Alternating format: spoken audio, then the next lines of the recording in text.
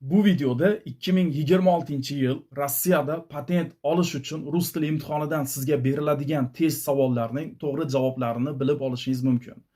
Do'stlar, ekranda ko'rib turganingiz 2026-yil 1-yanvardan o'zgarish kiritilgan yangilangan versiyasi. Do'stlar, oldin 11 ta variant edi, hozir 12 ta variant bo'ldi. 2026-yil 1-yanvardan yana bitta variant qo'shildi. Kimda kim Rossiyada patent olishga bormoqchi bo'lsa, 2026-yildan boshlab eski videolarni ko'rib, unga tayyorgarlik ko'rishlaringizni maslahat bermayman. Faqat mana shu o'zgarish kiritilgan, yangilangan, obnovleniya bo'lgan versiyasini ko'rib, shu video orqali tayyorgarlik ko'rib boringlar do'stlar.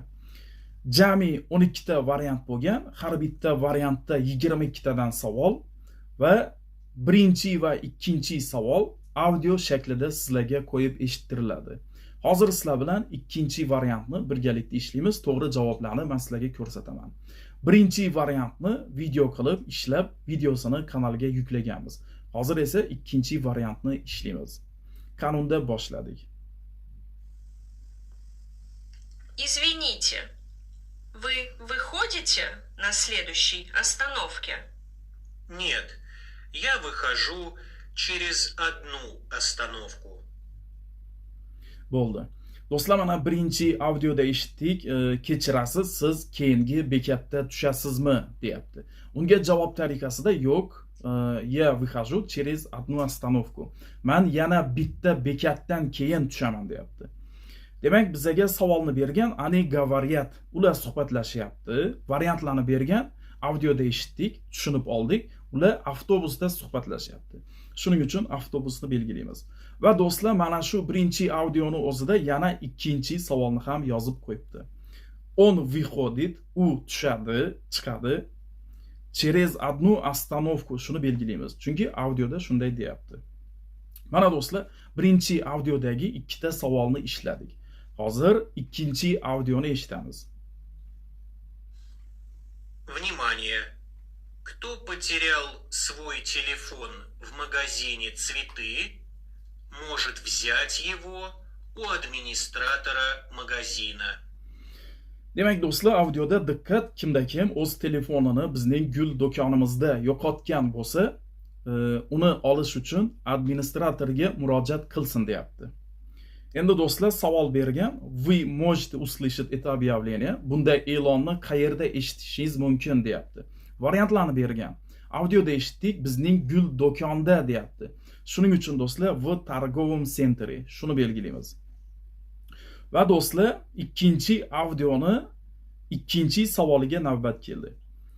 U administratora magazina можно, ya'ni administratordan взять свой потерянный telefon shuni belgilaymiz. Yo'qolgan telefonimizni administratordan so'rab olishimiz mumkin. Mana do'stlar, ikkita audioni eshitdik. Har bitta audioda ikkitadan savolni ishladik, jami 4 ta savolni ishladik. Navbat 5-savolga keldi. 5-savolda прочитайте киноафишу и выберите правильный ответ. O'qing va to'g'ri javobni belgilang deyapti. С 3 marta смотрите film о победах российских спортсменов. Demak, 3-martdan boshlab Rossiya sportchilarining g'alabasi haqida film tomosha qilishlaringiz mumkin deyapti. Va savolni bergan, новый film снят, yangi film nima haqida? Biza matnda o'qidik, bu sportsmenlar haqida, shuning uchun as sport deganni tanlaymiz. 6-savol. Прочитайте текст и выберите правильный ответ. Меня зовут Дамир. Вчера у меня был выходной. Я со своей семьей хорошо отдохнул. Днем мы были в парке, а вечером решили поужинать дома. Demak, meni ismim Damir. Men kecha oilam bilan kunduz kuni parkda dam oldim. Kechqurun esa oilam bilan uyda ovqatlanishni reja qildik deyapti.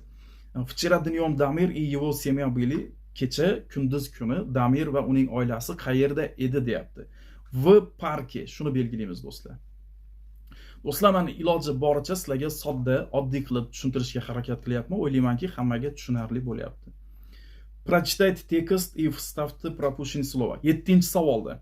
O'qing va tushib qoldirilgan so'zni yozing deyapti. O'qiymiz. Anvar приехал из O'zbekistona. Anvar O'zbekistondan keldi deyapti. Anvar повар, Anvar oshpaz deyapti. Впишите нужные слова в анкету. va anketaga kerakli so'zni yozing deyapti. Anketani o'qiymiz. Birinchi, как вас зовут? Ismingiz kim? Меня зовут Anvar deb o'zi yozib qo'yibdi. Ikkinchi, откуда вы приехали? Qayerdan keldingiz? Я приехал из, men keldim deb mana shu joyda bizlar yozishimiz kerak do'stlar. Uzbekistana, xuddi ekrandagi kabi katta harf bilan Uzbekistana. Agar qanday yozishni bilmasangiz, xuddi mana shu yuqorida ko'rsatilgan so'zni xuddi o'zini yozamiz. 8-savol do'stlar. В магазине мебель я купил. Mebel magazinda men sotib oldim deyapti va variantlarni bergan: xleb, bryuki, stol. Mebel magazinda non, kurtka, kiyim-kechak sotilmaydi. O'z-o'zidan tushunarli. Stol deganni belgilaymiz. To'g'ri javob shu. 9-savolda do'stlar. Мой друг работает в магазине. Mening do'stim magazinda ishlaydi. Mana shuni belgilaymiz: работает. 10-savol. Сколько тебе лет? Mana shuni belgilaymiz do'stlar. Seni yoshing nechida? 11-savol. Vrach спросил меня, как вы себя чувствуете? Doktor mendan so'radi, o'zingni qanday his qilyapsan? Mana shu как deganni belgilaymiz. 12-savolda. 7 yanvarya в России празднуют. 7 yanvar Rossiyada nishonlanadi. Rojdestvo Xristovo. Shuni belgilaymiz. 13-variant. В Российской Федерации находится город. Rossiyada shunday shahar bor deb variantlarni bergan. Sofiya, Vladivostok, Berlin. Ko'pchiligimiz eshitgan bo'lsak kerak, Rossiyada Vladivostok degan shahar bor. Shuni belgilaymiz. Do'stlar, savollar unchalik qiyin emas. Oddiy, sodda qilib tushuntirishga harakat qilyapman. 14-savolda союзником СССР в годы Великой Отечественной войны было urush vaqtida, o'sha ulug' vatan urushi vaqtida SSSRning ittifoqchisi kim? Va variantlarni bergan: Yaponiya, Germaniya, biza Velika Britaniyani belgilaymiz. To'g'ri javob shu. 15-savol. Прославленный полководец Великой Отечественной войны. Demak, ulug' vatan urushi mashhur komandoni sarkardasi kim deyapti? Mana shu Zhukov deganni belgilaymiz. To'g'ri javob shu. 16-savolda Rossiya bayrog'ini ko'rsating. Mana shuni belgilaymiz. 3 ta rangdan iborat: oq, ko'k, qizil. 17-savolda. Какое право Конституция Российской Федерации гарантирует иностранному гражданину на территории Российской Федерации? Demak, Rossiya Federatsiyasi chet el fuqarolariga nimani kafolatlaydi deb variantlarni bergan. Biza пользоваться родным языком. Mana shuni belgilaymiz, ya'ni o'z ona tilida bemalol suhbatlashishlari mumkin. Bu yerda do'stlar, в какой форме согласно Трудовому кодексу Российской Федерации заключается трудовой договор? Demak, Rossiya Federatsiyasi qonunchiligiga ko'ra mehnat shartnomasi qanday shaklda tuziladi deyapti. Yozma ravishda. Только в письменный. Shuni belgilaymiz, birinchini. 19-savolga keldik. Вы потеряли паспорт, куда следует обратиться? Demak, siz pasportingizni yo'qotdingiz, qayerga murojaat qilasiz deyapti. Variantlarni bergan. Biza в полицию deganni belgilaymiz. В полицию и консульство своей стороны. Mana shuni belgilaymiz. 20-savol. По общему правилу срок постановки иностранного гражданина на миграционный учет составляет. Demak, umumiy qoidalarga ko'ra chet el fuqarolari o'sha Rossiyaga kirganidan keyin necha kun davomida yashash joyidan ro'yxatdan o'tishi kerak deyapti. 7 рабочих dnей. Shuni belgilaymiz. 7 kun ichida. 21-savol. Наказание за нарушение иностранным гражданином или лицом без гражданства правил въезда в Российскую Федерацию устанавливает.